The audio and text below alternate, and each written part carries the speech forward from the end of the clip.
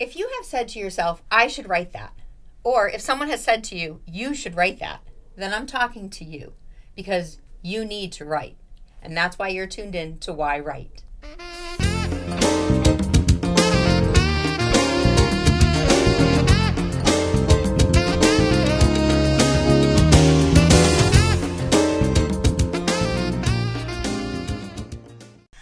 Hi, welcome to yWrite. I'm your host, Angela Grout, and thanks for tuning in to another episode to find out why you should be writing and why we are writing.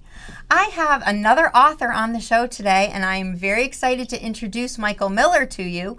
We're going to talk a little bit about historical fiction, and I find it fascinating because, everything has happened in the world as part of our history, and sometimes we're really passionate about it. But, coming up with those fictitious stories and kind of intertwining them is really fascinating. So thanks for tuning in, and let me tell you a little bit about my guest, Michael Miller, before I get him on camera. He was born and raised in New Jersey, which inspired some of the setting for his novel. So we're going to talk to him about that. He's a retired teacher who has specialized in helping students process new information and broaden their perspectives.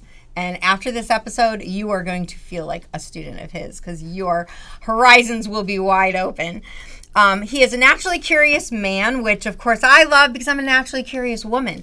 And he loves to research history. And the history that he has researched has been artfully done in his historical fictional novel titled High Bridges. He is an expert on Matilda Joslyn Gage, and if you don't know who she is, you're going to find out very soon, and President Grover Cleveland.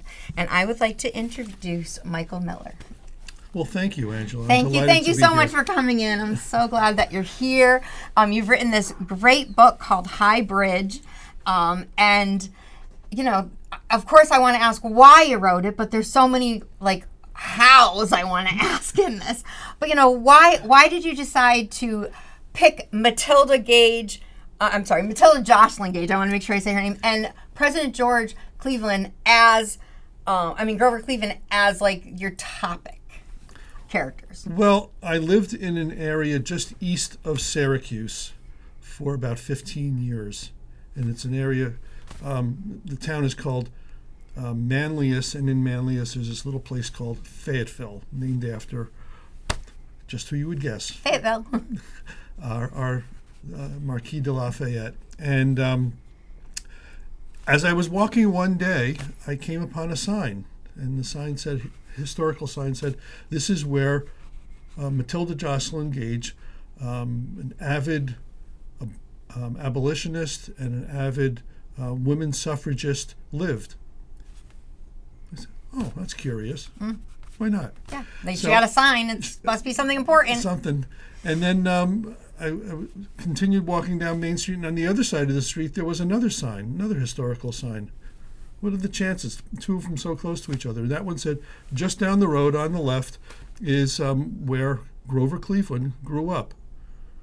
Became president, 22nd and 24th president, and then the gears started going. Yeah, and I can, as a writer and a curious person, I can see, because you're like, oh, they were neighbors around the same time? Yeah. And, not to give away the whole book, but this story is about their childhood growing up, and it's fascinating because it's so real, but not all of it's real. No, it's not all real. Well, the first thing I had to figure out was, did they really live there at the same time? Yeah. And they didn't. But that's the benefit of having fiction, that you can put things in juxtaposition that wouldn't necessarily have. Now, they may have overlapped about a half a year or a year or so, and actually living in that town, right, very close to each other, but there's no record of that. So, yeah, they didn't go to school together. They're about 9 years apart in age. I'm sure, as they got older, they obviously found out about each other maybe, but... Well, the beginning of the book, the prologue, is once again has an element of truth in it. Grover Cleveland was the president between 1884 and 1888, and in 1885 to 1889, and in 1888 he invited the leaders of the National Women's Suffrage Association to come. Elizabeth Cady Stanton, Susan B. Anthony, Matilda Joslyn Gage. And I know, both of them having history of living in Fayetteville, there must have been some recognition. Yeah. I mean, They're all whether they sat down and had a nice tete-a-tete, no, not necessarily. But they were certainly having an interaction. And Grover Cleveland was adamant against women's vote. Matilda Joslyn Gage was adamant for the women's vote. So there certainly would have been a clash. Well, I love how, you really do teach us history in the book. It's a great history lesson for this should be required reading maybe for high school because, kids can actually learn history even though you have this fictitious story. But I love how you shared like how, George Cleveland starts off kind of being like the lawnmower boy, and then, like he goes and he helps. He's helping, and then they develop this friendship. And then by the time he's president, they're writing letters back and forth to each other. And I think it's so real about how a president would still be friends with his mentor, after so many years. Well, he was questioned about what were formative events in his life. And almost every time he was asked about that, he went back to Fayetteville, saying that Fayetteville gave him all of his grounding ethics and morals that he held dear to him and really drove him throughout the rest of his life. So he really cared about the people and the place of Fayetteville, even though he didn't go back very many times as an adult. Yeah, the way you portrayed him as a child, like being a little prankster, and it shows the reality of who he is. But did he really do the pranks that you've listed in this book? He did. Most of them. Oh, let's talk about a couple. Most of them he did. Yeah. Oh, yeah, because his father was a preacher, a Presbyterian minister, and they had the big bell in the bell tower, yes. and he did that.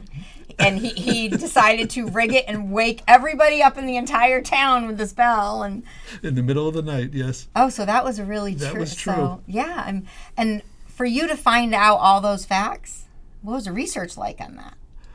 Well, much of the research was done when I wasn't living in Fayetteville anymore. Okay. I had moved, so some of it had to be done by my recollections, but I'll give a lot of credit to some great biographers of years ago.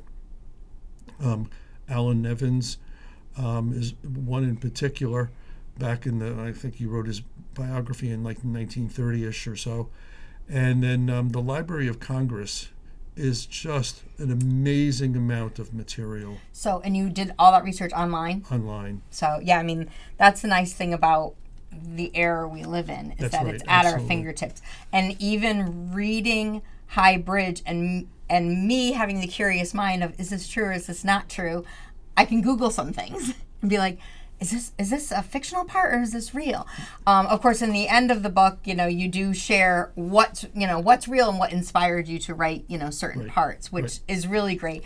As a fictional writer, I have even struggled with, you want to tell truth and you tell the truth that you know.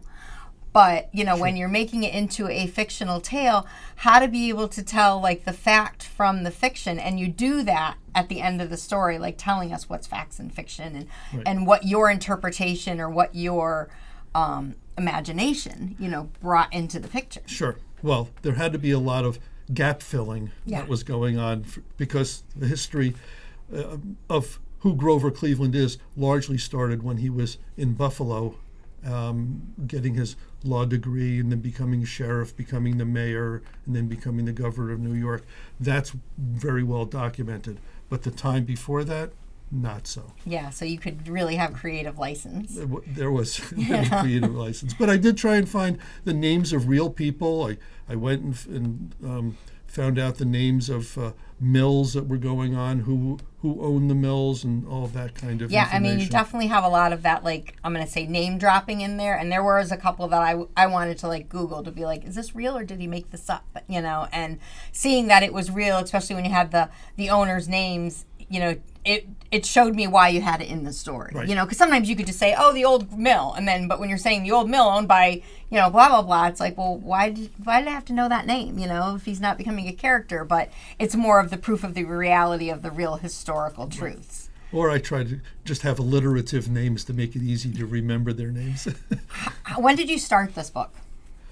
It took about 8 years to write, if that's what backhand asking me that question. So concept to publication about 8 years? No, concept happened probably about 25 years ago. That happens. And then it just kind of percolated. Yeah, I know it is hard to say concept to publication because concept, I have a lot of things that started years and years and years ago, but I guess I'm really saying like from the time you actually sat down to start handwriting it and the typing and the editing and the publishing and all of the, did you intend to write this book? Like, was that on a bucket list of your life? I'm going to write this book.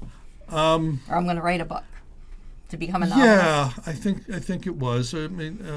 I remember years ago I was a scientist and I went to a scientific meeting. We were just talking and I said, I think at some point I'd like to write something where I don't have to be bound to the confines of research and writing things down. But you were bound to But research. it's a different kind of research. And you're passionate about learning. And I don't have to put a footnote for everything and all of that kind of stuff. So. Yeah, and I've had other guests on the show who have also done similar things, but they've had all these footnotes and bibliographies, and you don't have that in there. However, because it is historical truth of the facts, you can easily Google them. That's right. But I did at the back, I did generate the genealogy of the two main characters. Well, the maps and things, the map on the book cover, we'll talk about that real quick. Like, how did you get this cover? You have the map and... Once again, it was public domain and it was Library of Congress.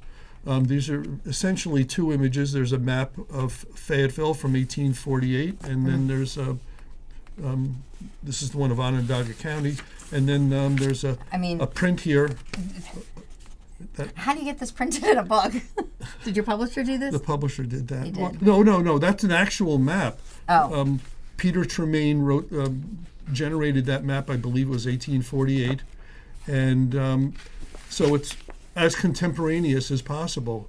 Yeah, and then you have the whole... And then here's the genealogy. This is what Gage, and then there's one for Grover Cleveland, and we can start talking about Matilda Gage if you I was just going to say, let's talk about, Nice segue. as much as I don't want to push off Grover Cleveland, we know who he is. We can read about him.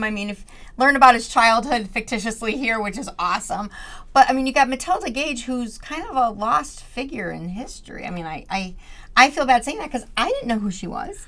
And, of course, we know Susan B. Anthony.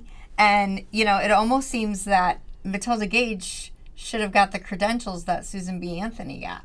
That would be my argument. Yeah, I think that Susan B. Anthony gets a lot more credit than she's probably due.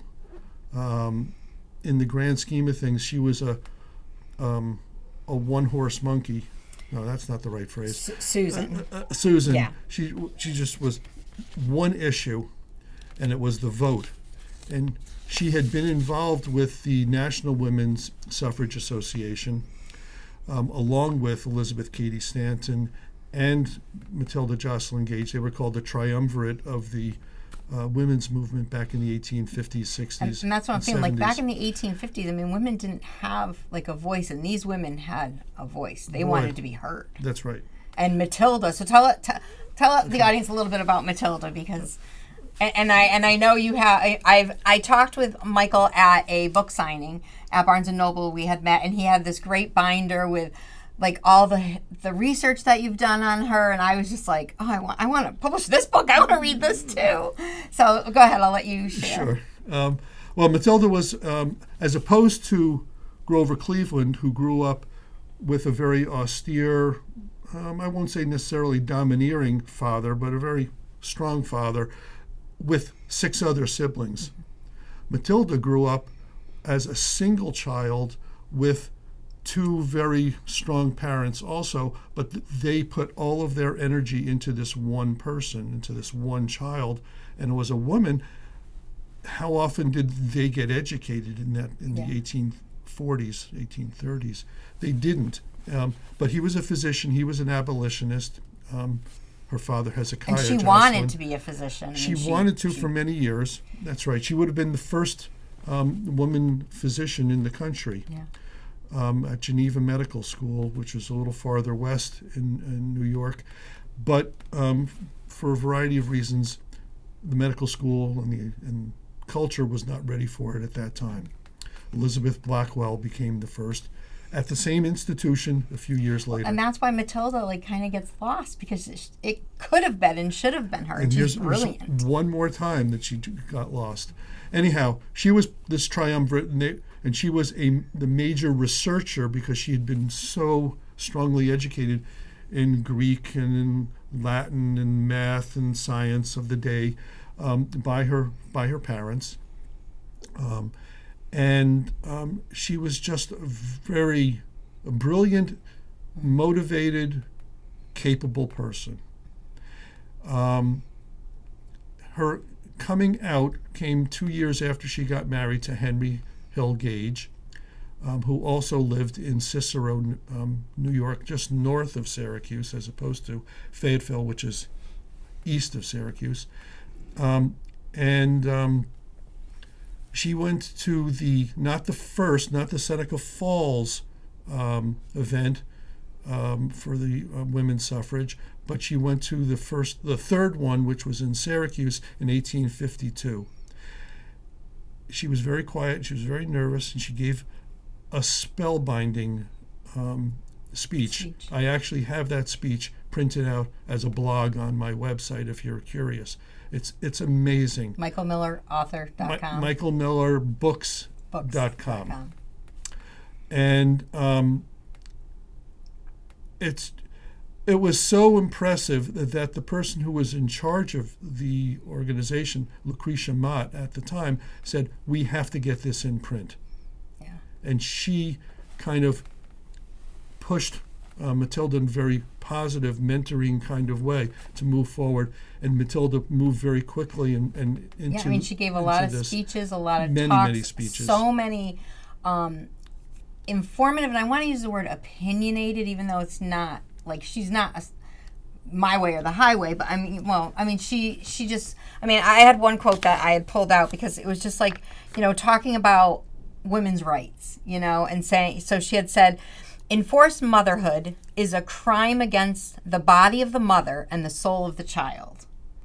And that statement even I read it and I'm like, wow, that's when you're talking about these young kids who are getting pregnant, or you're talking about rape victims, all of a sudden it's bringing all these things to my mind about how you're enforcing motherhood on someone who didn't ask for it, and it really does influence the soul of the child that's born. Not that I'm saying I'm for abortion at all, but it's just that it's the and she goes on to say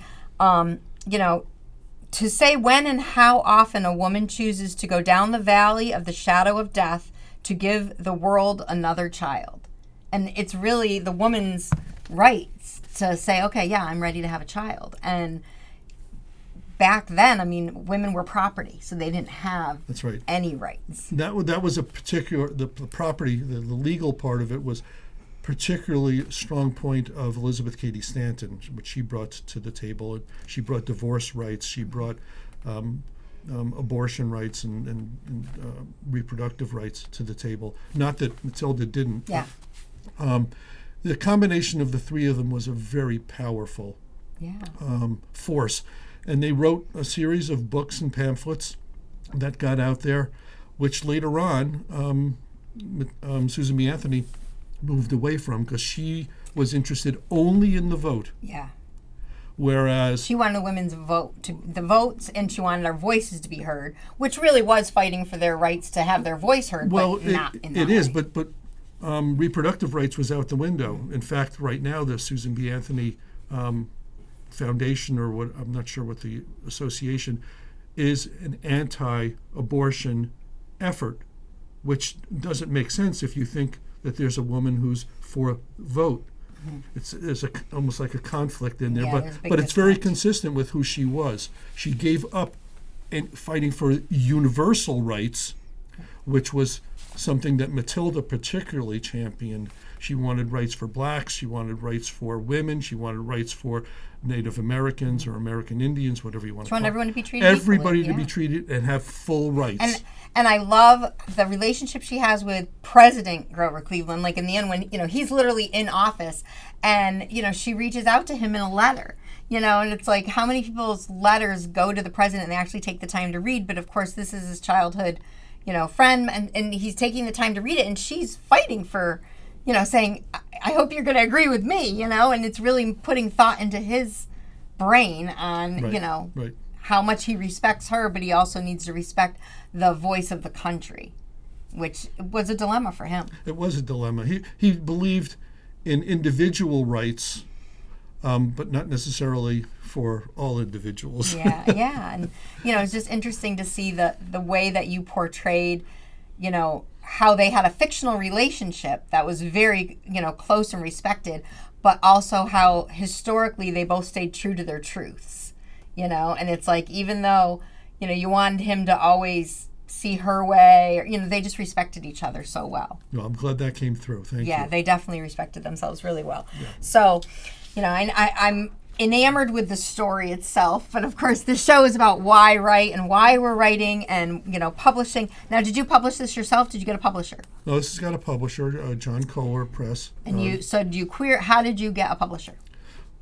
Oh boy, what a process that is. Yeah, it's not an easy. It's querying, it's sending out. This happened to be a publisher that could approach directly, didn't have to go through an agent. Oh, that's nice. Which is a diminishing number of opportunities. Right, because otherwise it's, quick, cold query letter, couple, first 5 pages, 10 pages. And right, and then maybe silence. Silence. Yeah, exactly. But yeah, when you can meet one-on-one and talk with them. And yes.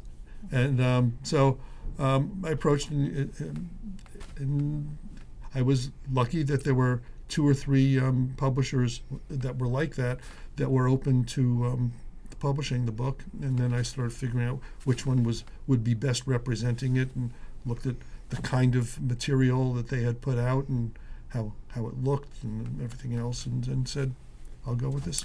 So when you picked the publisher that you were going to work with, how long did it take from them, I'm going to say, signing you to take the novel to get it published? Because sometimes you hear the stories of 3-5 years, and that's why a lot of people do self-publishing, because they can get it out instantly. No, this ended up being, I actually delayed the start of it. He was ready to publish it in 2022 of like October or so. And I thought, that's just going to get lost in all of the Christmas rush, and there's no chance that this is ever going to get seen by the light of day. Why don't we do it in the spring? And in fact, why don't we do it the week of March 18th to 24th? And why? March 18th is Grover Cleveland's birthday, and March 24th is Matilda Joslyn Gage's birthday. We want to honor them. So, they lived, they experienced things, they inspire us. So that was what I chose, and he said, "Okay, we can wait." Yeah. So you've published it, it's out there. One thing that some authors don't consider when they're doing this, and maybe it was your publisher that got you involved in this, but you have so many endorsements in it. Whether it's in, the front, covers of the book where people are saying, oh, great book, you should read this, online on your website, getting people to write reviews on Amazon or Goodreads. And some authors kind of skip that process. I mean, I don't want to say skip it, they just overlook it. And I mean, you got pages and pages. I mean, you have people from the presidential historian and the author of Presidential Coincidences. You have, people from the Joslyn Gage Foundation and the museum have written things, the local history collections librarian, all different authors and professors. And obviously these are people I don't want to say assume, but like maybe you've reached out to do some research with so that they know. But, you have some really great reviews. I mean, I'll just read a couple of them. Like, this one says, High Bridge by Michael Miller is a brilliantly crafted novel that blends true history and fiction to tell a story of two American icons.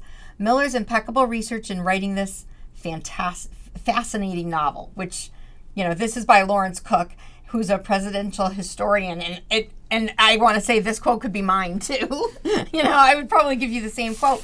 But, I just looked at them all and I'm like, like Greg Funkerberg, the author of The Morning Wave, says, Michael Miller has a kind of time machine in this book. And it really does transport you. How do you reach out to get these kind of endorsements? And, tell us a little bit about that process. Well, for mine, I think it was relatively easy. I was reaching out to people that I thought represented different parts of the book. Yep. Whether it was from the Grover Cleveland side, whether it was from the Matilda Joslyn Gage side, whether it was from the period, and or just knowing presidents, whatever. And I didn't know any of. I knew one of the people beforehand, and that was the Sally Roche Wagner, who was the head of the Matilda Joslyn Gage Foundation, because I had reached out to her to get some information and get some illustrations or photographs that are in the book. But aside from that, these were all cold requests. That you called them or wrote them and said, wrote would you be interested said, hey, in reading this? And exactly. Yeah. And that's where it came down to. It was just I had worked with the Fayetteville Library and asked the archivist there if she would write something. Yeah. Well, and it was just. And I think when from my own research, like doing my novels and going to the library to look things up, the librarian knows what you're working on. Sure. So she knows your passion behind it. She understands it. So it is always a really great person if they're willing to read the book. And I did go through that with April Rain. The librarian knew that I would, do some research and have to go into the archives or microfiche, which is just so weird. I'm like, she's like, that's a microfiche. I'm like, all right, well, I need to see that, And, I didn't document like where I found certain things if it is true, but just the inspiration of looking up certain things really allows, your pen to flow, and the imagination to go.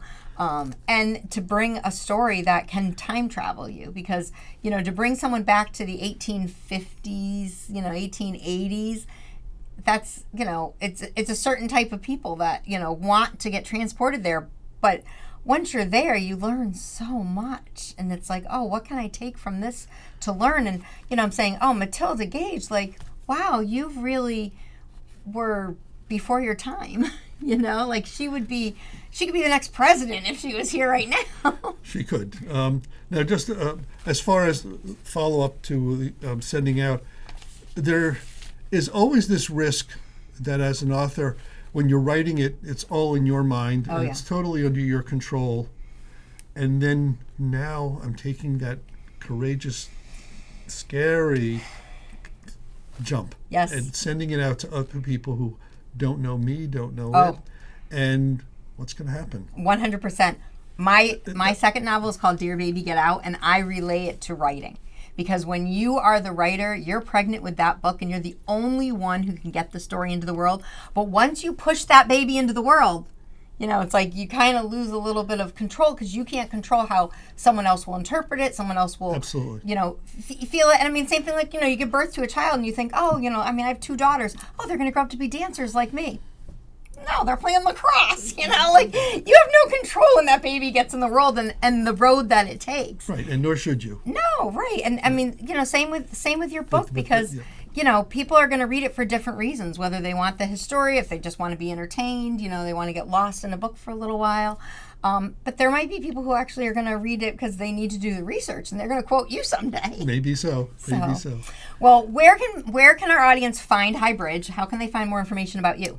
Okay, well, my website is certainly a place, michaelmillerbooks.com. Okay, and I'll put that on the link. Okay. And that's one place. The book can be found at Amazon, Barnes & Noble, your local bookstore, or Bookshop. Okay. If you know Bookshop.com. Yep. Yeah. So those are the easy places to get it. Right. And you're doing really well with it, and you're been enjoying fun. talking about it, and I love talking it's about fascinating. it. Yeah. I could talk more because we're going to talk more after the show too. But I want to thank you for coming on. Thank you for coming in from Northampton. You're from Northampton, Massachusetts now, so yes. we're fellow Massachusetts people. So thank you again for coming in today. Thank you. And I want to thank the audience for tuning into this show. As always, hope you learned a little bit about Matilda Gage, and we all know a little bit about Grover Cleveland, but find out a little bit about their childhood, and read the book High Bridge. And, at this point, this is the time of the program that I'm going to tell you to start writing, because you have a story that needs to come out. And today, based on the fact that we've been talking about historical fiction, I want you to think about, something that has happened in your life, a person that has influenced you. Maybe it was a teacher, maybe it was a president, maybe it was a doctor, a neighbor, and, write a couple facts about them, write a couple facts about yourself, and then take maybe 10 minutes, set your timer, and write a little fictional tale about the two of you. All right, so start writing, get your stories done, and thank you for tuning in to yWrite. I will see you next time.